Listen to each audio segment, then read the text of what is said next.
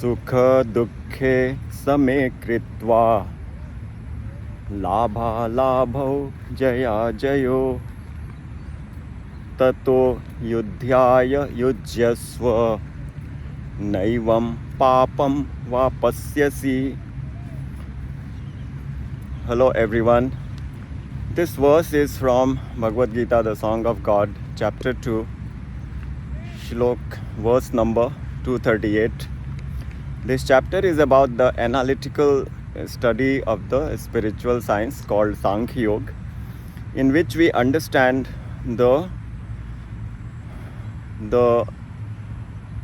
soul, body, mind mechanism, how we are created from Prakriti, the nature, and how we have the three bodies, the subtle body, the gross body, and the causal body, the science of Panchakosh.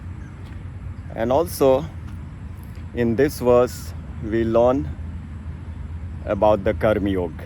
In fact, with this verse Sri Krishna begins the discourse on Karma Yoga, the science of karma as per Bhagavad Gita. The Holy Bible states, as you sow, so you will reap. And this is exactly what Bhagavad Gita is saying, that the results are in accordance with our work, but how the results will actually manifest is not known. So when we perform work in accordance with our prescribed duty, the results are inevitable, but the intensity of the results, the timing of the results, we don't know how it takes place. And this is the law of karma, that we have to bear the consequences of our karma.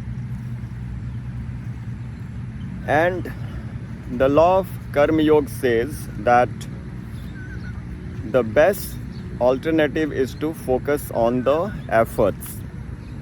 While we do the work, we just focus on the efforts and we don't focus on the results. If we focus on the efforts, we will perform at our best without really caring for the results. So Karma Yoga is, we consider that there is a divine power which is observing all our acts, speeches and thoughts, and our karma will determine the consequences. The Lord is the custodian. When we do not believe in such power, we are governed by the law of nature. Every action will have a consequence, but when we surrender to the divine, then the results are in the hands of the Lord, and He becomes a kṛipa karta, the one who graces the devotee. That means He inspires us to do our best, and also He becomes our friend and graces us, which is beyond the normal law of karma. So this is the mysticism about the law of karma, which is characterized in this verse.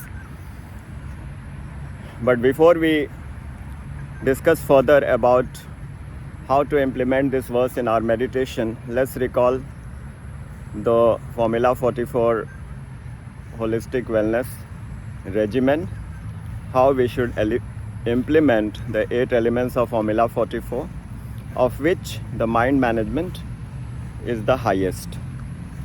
And that comes from the meditation. So we recommend that we sit down to do meditation for at least 10 minutes in the morning and 10 minutes in the night before we go to sleep. The meditation we should perform in the Padmasana, the lotus pose if we can, or any other asana if we are not accustomed to the lotus pose.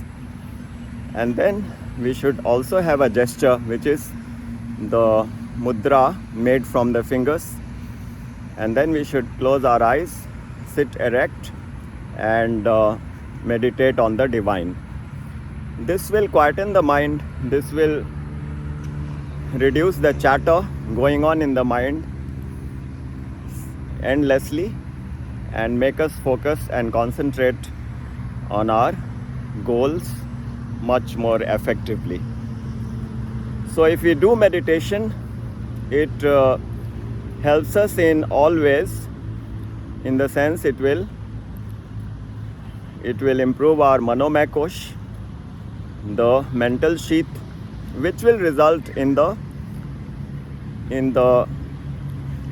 appropriate flow of prana, the life air, which we are enhancing by doing pranayam, the breathing techniques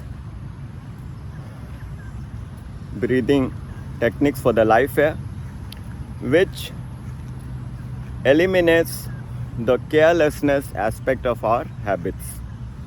Because if our life air is disturbed, because our mind is disturbed, we become careless, we become indolent, we become lazy, we are given to inadvertence.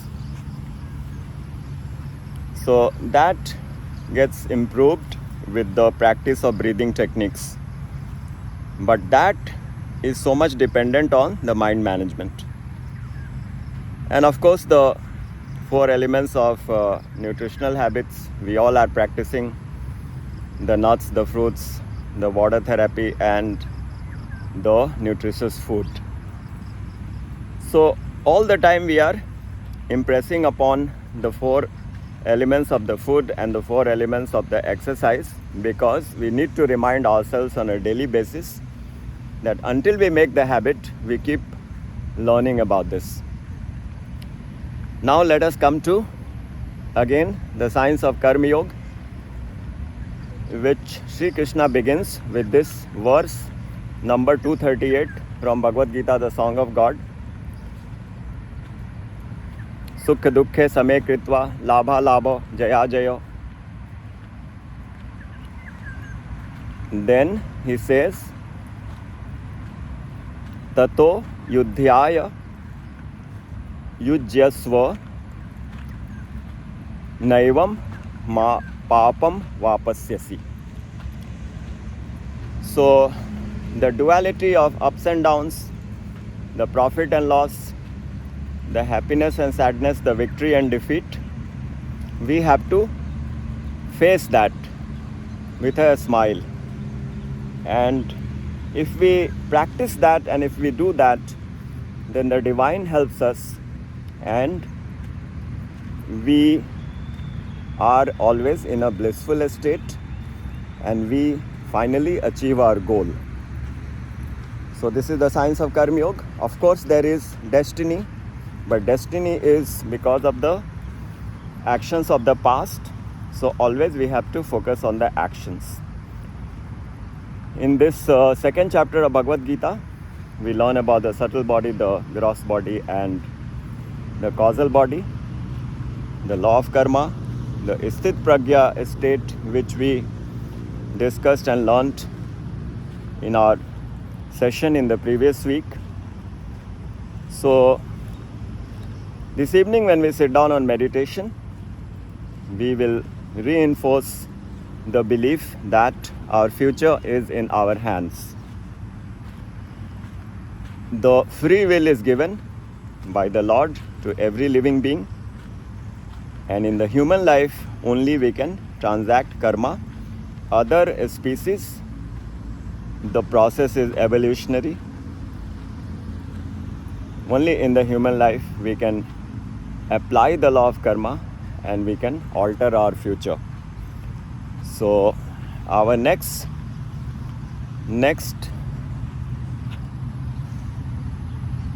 form, our next state is not determined by any other factor other than our own actions. So this is the free will, but of course we are working within the realm of the divine.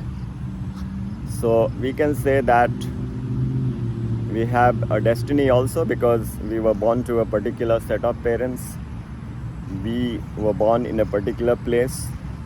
So all these things were determined based on our destiny, based on our previous karma. But the future is definitely dependent on our kriyaman karma, which is the action in the present. So that is the theme, that is the verse number 232 from Bhagavad Gita, which we should practice in our this week's meditation. Take care and see you again in the next week.